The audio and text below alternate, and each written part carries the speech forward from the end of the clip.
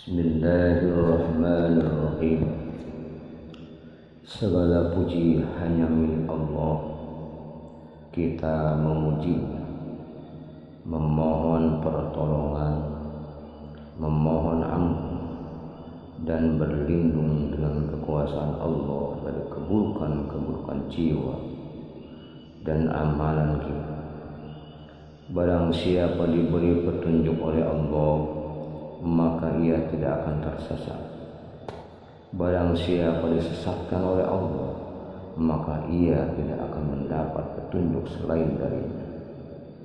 Kita bersaksi tiada ilah yang berhak disembah selain Allah, tiada sekutu baginya, dan Rasul Allah adalah utusan dan hamba Allah.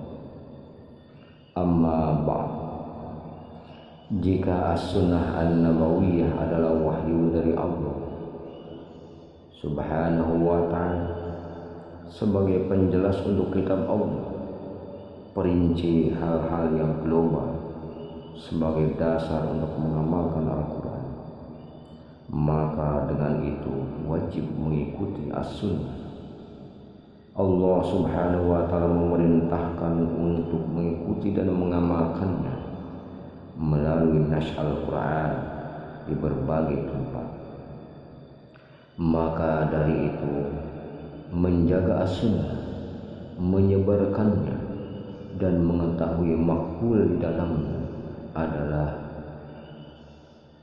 rangka menjaga Al-Quran. Sebagaimana Allah juga memerintahkan untuk menjaga, sebab dengan menjaga as-sunnah sama artinya menjaga Al-Quran. Allah Subhanahu wa ta'ala menciptakan seseorang dari setiap masanya, diperintahkan untuk menyebarkan dan mengajarkan as-sunnah dan menjaganya dari orang-orang yang menakwilkan as-sunnah dengan kedustaan serta orang-orang yang ingin berbuat jahat. Di antara mereka adalah Imam Ibnul Qayyim al-Jauziyah rahimahullah yang menulis kitab untuk kaum muslimin perihal hakikat ruh dan fase-fase kehidupan manusia, dari sejak manusia berbentuk nutfah, sperma, segumpal darah, kemudian segumpal darah.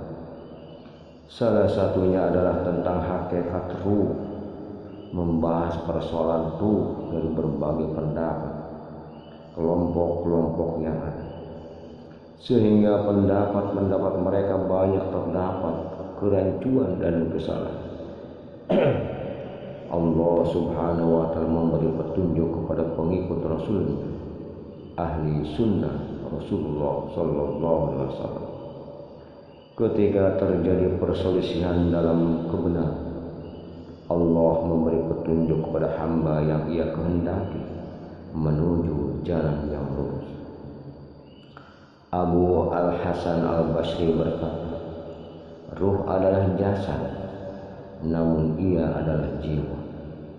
Orang mengira hidup dengan sendiri, mengingkari adanya kekuatan dan kehidupan selain pada makna ruh. Apabila sejatinya jiwa adalah sendiri, kaitannya dengan Tuhan hanyalah keterkaitan dalam hal pengaturan saja, seperti seorang pelaut dengan kapalnya, seperti penumpang unta dengan unta. Oleh karena itu, memungkinkan Tuhan akan meninggalkan keterkaitannya dengan badan, berpindah pada kesibukan yang lain, sebagaimana memungkinkan seorang pelaut dan penunggang unta untuk berpisah dengan kapal dan unta.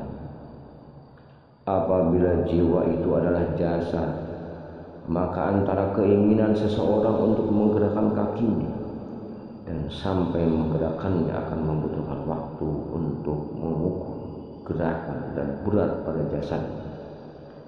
Jasad membutuhkan jiwa untuk menguatkan, menjaga, dan mengekalkan. Oleh karena itu, jasad akan musnah bila berpisah dengan jiwa. Seandainya sejatinya jiwa adalah jasad, maka ia akan membutuhkan jiwa yang lain dan seterusnya. Salawat Allah atas Nabi Muhammad sallallahu alaihi wasallam, keluarganya dan para sahabatnya. Wallahu a'lam bishawab.